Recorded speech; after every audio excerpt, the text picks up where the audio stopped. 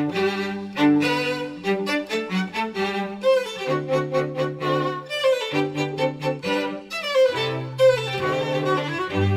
and welcome to the History Extra podcast from BBC History Magazine, Britain's best-selling history magazine.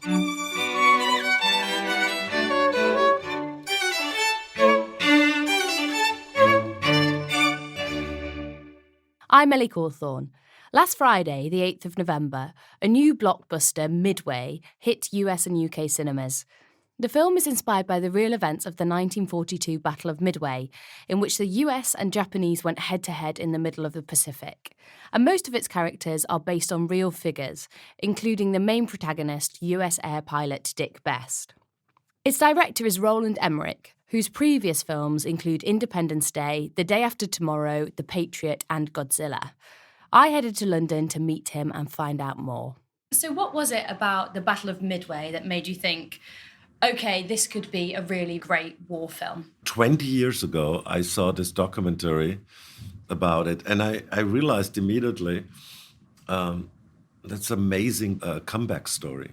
When you kind of normally see war movies, it's never about a comeback story, but it was really important to include the attack on Pearl Harbor, because this was such a incredible, traumatic event, which actually caused the Americans to enter the war, but they were not prepared because they didn't want to actually get in this war. So that was kind of for me the most important thing, that yes, the Americans got attacked, but they were also felt like the underdog. That leads on nicely to my next question, which is the big opening set piece to the film is the attack on Pearl Harbor, and it's very visceral and very vivid. What did you want to convey by opening the film with that? It's like this, I think when you kind of read books about Midway, a lot of the people who fought in this battle had lost friends. Because the Navy was a very small group of people. It was not kind of, the Army, kind of hundreds and thousands of people. No, it was quite the smallest, unit of the American armed forces. So I think that was one of the reasons. And secondly, it's always great to open with a big moment, and then end with a big moment, And so it was kind of, for me, that was kind of probably what excited me about the movie Midway the most. You didn't have to invent anything. It was just naturally one thing followed another. Our listeners, a lot of them are in the UK and might not know so much about Midway. Can you set the scene of the Pacific War in 1942 and what America were up against? Well, the Japanese, wanted to kind of become a world power, but they had kind of one big problem. They had to kind of get all their metal and their oil from America. So when they finally, kind of sided with the Germans and the Italians and made this pact, pretty much, everybody in the Western world, including America, sanctioned them. So they had to kind of go into attack. So what they did, they attacked first a lot of places in Asia. But then, they kind of knew that at one point, they also have to kind of attack America. And they attacked while they were still negotiating some sort of, in Washington, they attacked out of nowhere Pearl Harbor, which Hawaii was not a real state yet, but was a territory, and that kind of set off kind of this terrible events. How does working on a historical film like this differ from, say, your big fictional disaster movies that you've worked on previously? What are the challenges of building a fictional story around real events? From the very beginning, I said to everybody, we should try to really, really follow history as accurately as we can. And whatever we invent has to serve the purpose to make this all better understandable and more emotional. So I think what we did, was just follow in a way what happens during these 6 months, but we made clear choices what we show and what we don't show. Which is interesting because it's a story told on a massive scale. We see it from the air, we see it from the sea, we see it from the backroom boys mapping things. How do you, as a director, weave those strands together into something coherent? That's always like kind of naturally the work on the script. I mean, the script is always, I think, the most important thing in a film. I mean, I think it's good that I have like now 30, 40 years of experience, and you like kind of learn a lot, and you don't make certain mistakes anymore. And I think you get better at your craft. And I think it was the right time for me to do a movie like this because it is based on real facts. And it's probably because of that, like you have some sort of responsibility. You feel a lot of responsibility. The actors too, they felt a lot of responsibility to get it right. That's a really interesting point you make about responsibility because most of your characters are based on real people. What challenges did that throw up? I mean, it's like luckily, most of these people are documented really well. None of them is alive anymore, but we have like endless books about them. That's one thing. Secondly, you still have to kind of do a lot of inventing because but what we try to do is like put a lot of quotes into their mouths, which it's confirmed that they said. Maybe like in other, like kind of place in their life, but like we try to kind of some sort of get, like things what they said into the movie, which was interesting. And it was a little bit also, I think the writer had like a personal connection because he comes from a Navy family. And I think without that, he would have not had the same kind of respect. And I have like also something which always like kind of tied me to this film. My uncle, which I never met, was a German fighter pilot in World War II. And to him happened the same thing what happened to Dick Best. The up and down activated his latent tuberculosis. And because there were no hospitals after World War II in Germany, he died. So, as you mentioned there, your central character is Dick Best, who's this ace pilot. Can you give us a sense of the risks involved for the men who flew in missions such as Midway? Well, like most of the time, when there was like a big battle, I think I would say at least a third didn't came back. I think sometimes as much as 50% didn't came back. So whatever they did, they constantly were risking their lives, But they also, like a lot of people, died during training flights and scouting flights, for all kinds of reasons. Most of the time, I mean, they didn't have that much experience that Americans. And on the other hand, I think they were very well aware that they somewhat are the underdog and it's terrible difficult. But they did it anyway because they felt it is their duty to do it. I mean, it's a different time, It was a really different kind of person too, which did it. Talking about a different time, how do you, from a production perspective, go about recreating the world of 1942? Well, I mean, a lot of research, a lot of lucky coincidences. For example, we found this movie, which it's called The Fighting Lady. It was done like 1943 on an aircraft carrier. Pretty much showed us everything how it was done. We sometimes imitated certain shots of that because they show like kind of when they come back from a battle, these like kind of planes were like kind of shut up amazingly. I mean, that they even could still fly was like a miracle. And so there was a lot. There was like our Bible in a weird way, and every actor watched it, had to watch it. I made them watch it. And my crew like watched it several times. They constantly said, "Oh, look at this and look at that," and that's I think made the movie more authentic in a weird way. because you could really see it. And it was also shot in 16 millimeter color. When you like kind of see like something in black and white, everything is then gray. But we like kind of realized all of a sudden how colorful the ground personnel was. I mean, the red was like the firemen, but the yellow were this guy and the green were that guy. I mean, this was very, very coordinated, organized. It's very immersive, and when you're in the cockpit, you really feel like you're there and you can hear the bombs exploding around.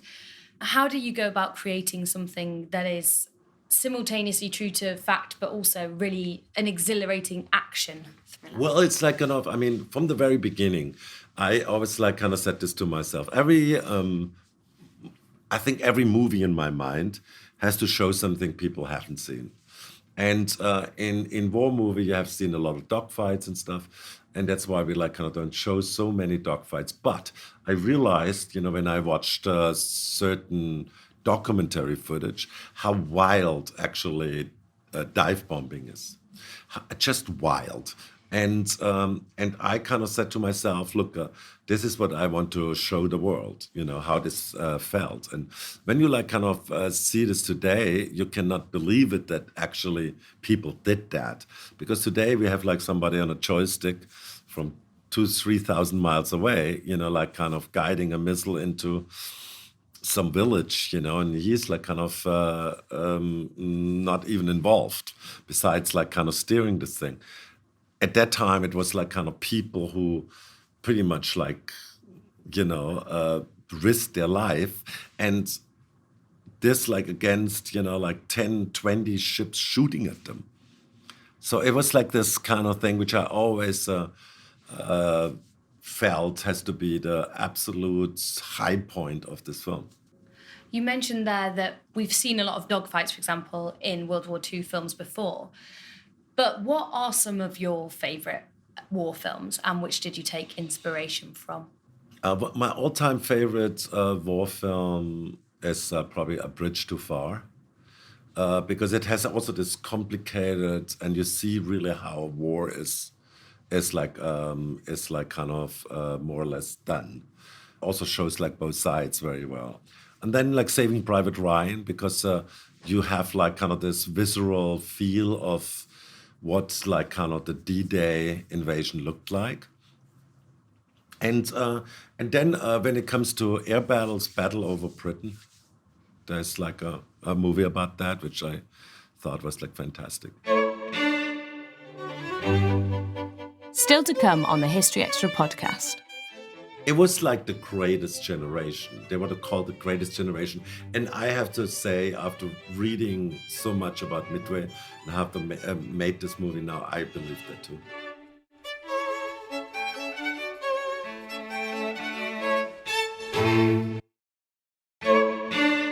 What do you think it is about the Second World War that means more than 7 decades on, we're still telling these stories and there's still such an appetite for them? I think whatever it is, I think it's probably directors who choose, to make these movies, because it was a very important war. It was like actually where democracy triumphed. And I think maybe it's today even more important than ever, because you don't want to have anybody forgetting about what nationalism leads to, because right-wing politics and nationalism really leads to war. And in these days, it's good to remind people that there were some young, kids in a way, who defended democracy with their life and put their life at risk, and a lot of people died.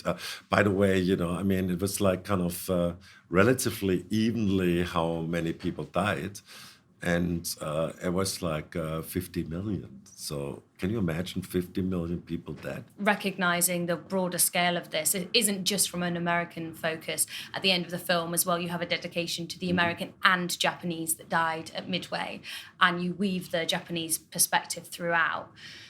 Why was it important to you to include that? Well, because it's maybe because I'm German, maybe. I noticed from my father, who was was in World War II as a 17-year-old. It's just like all people do their duty and do their what they have to do. It's the politicians who screw up, and start wars, and not like the normal soldier. So I kind of didn't want it to kind of with a war movie, like reinforce like old, like enemy images. But I learned through books and reading a lot.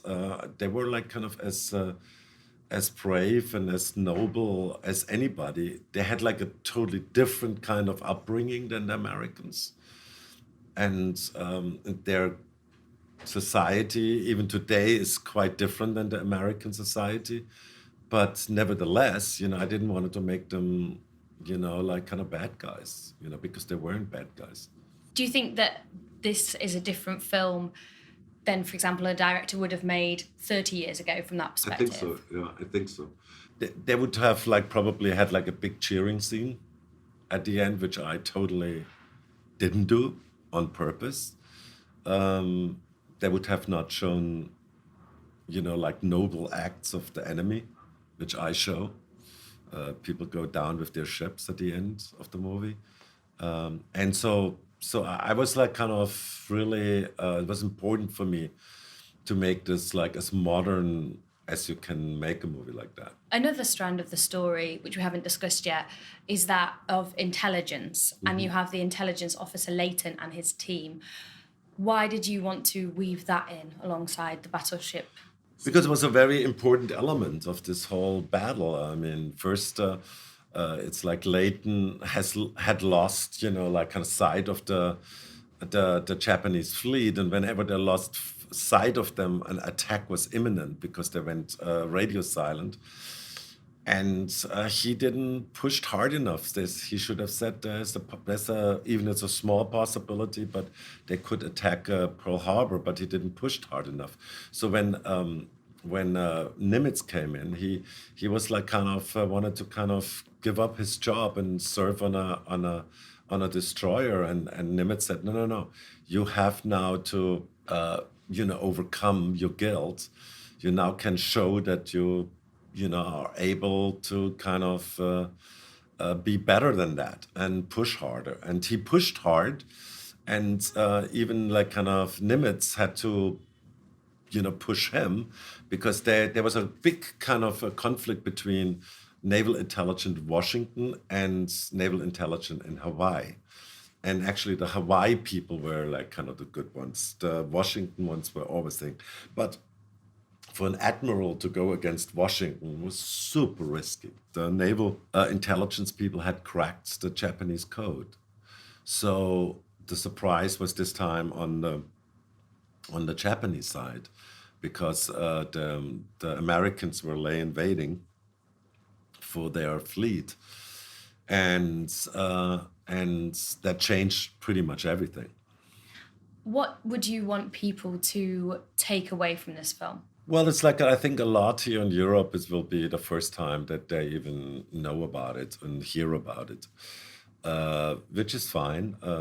In America, it's a little bit different. In China, it's a little bit different. They're very aware of Midway and the Doolittle raid and everything what's connected to it. Naturally, in Japan, they're like really very aware of it because they lost the battle.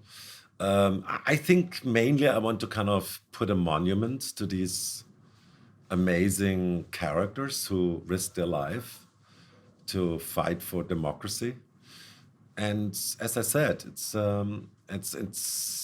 in times of of more nationalism wherever you look. It's a good reminder for people, and I hope that they take that away. You've done other historical films, such as The Patriot. Are there any other historical time periods or stories that you have got your eye on, or that you think could be made into? It's like this. It's like this. The Patriot was like the lead character of Patriot was a combination of different characters. So in that perspective, it was totally different. When I did Stonewall. That was like also there is very little known about Stonewall. and a lot of like groups, try to take it for themselves. But it was like, it was pretty much like how we, like how I think this like event went down. But and Anonymous was to a certain way like a history, but it was like more. I was very proud how accurate we showed theater in the Elizabethan age. But this was the first movie I really did research. Out of this research, I chose my story and the moments I wanted to kind of portray. And on every day of the set, there was historians watching over me because I wanted to make absolutely sure this is all accurate as we're doing. What's it like as a director having historians involved? Is it sometimes stressful or is it No, liberating? I actually like it because sometimes, they give you great ideas and great insight. It helps the actors a lot, because they can talk to them. And then we had like, for example, this one guy who was like working in the early 60s on an aircraft carrier, very similar to the aircraft carriers in the 40s. So he knew a lot about what happened on aircraft carriers. And there was this moment, when you like kind of, where I had like the feeling, how can I convey that nobody expects a plane coming back anymore? So I asked Chuck was his name. Chuck, what would like tell somebody on an aircraft carrier there is no more planes coming back? I said, yeah, well, we have like this, we kind of built this line of ground personnel and we pick up every little screw which is still on the flight deck because we have to clean it up because next morning is probably their first scouting flights and that's always a sign we don't expect any plane coming anymore. And that how this thing was not in the script, but it was a little detail which helped, because when this pilot then turns around, he says, oh, he sees them already picking up the scrap metal. Then he says, oh, my friend is obviously not coming back. You mentioned earlier in the interview about the actors feeling quite a lot of responsibility portraying real people. Did you have a process with them to work on those characters? Well, I knew like for every character when there was a biography, we gave them a list of stuff to read, and actors liked this very much, and study it very studiously, and then like kind of, for example, every actor has a little bit another method. Like for example, Woody went to the aircraft carrier and stayed there one night, but only Woody Harrelson is probably allowed to do that. And he also visited the Nimitz Museum. So he did this like in that way, just to soak up this character. Naturally, he also read one of the biographies about him. You've got a really star-studded cast, as you mentioned, Woody Harrelson, Dennis Quaid, many others. Do you think that it was the chance to portray real people that was part of what attracted them to the project? Yes, definitely. It's I think it's there's more and more movies about real events in Hollywood. It's more and more the thing to do, and this was one of them. And I think everybody wants to be once in a World War II movie. You know what I mean? It's this like fascination people have. It's a lot family history because every one of the American actors had like some relative, some father, a grandfather probably, mostly, who fought in World War II, and they kind of did it because of them, because it was like the greatest generation. They were called the greatest generation. And I have to say, after reading so much about Midway and how they made this movie now, I believe that too. That was Roland Emmerich. Midway is in cinemas now. You can also read a feature on the real Battle of Midway in BBC History magazine's December issue, which is on sale now. Thanks for listening. Today's podcast was produced by Ben Hewitt and Jack Bateman. Tune in again on Thursday when Jill Lepore will be talking about the history of the United States.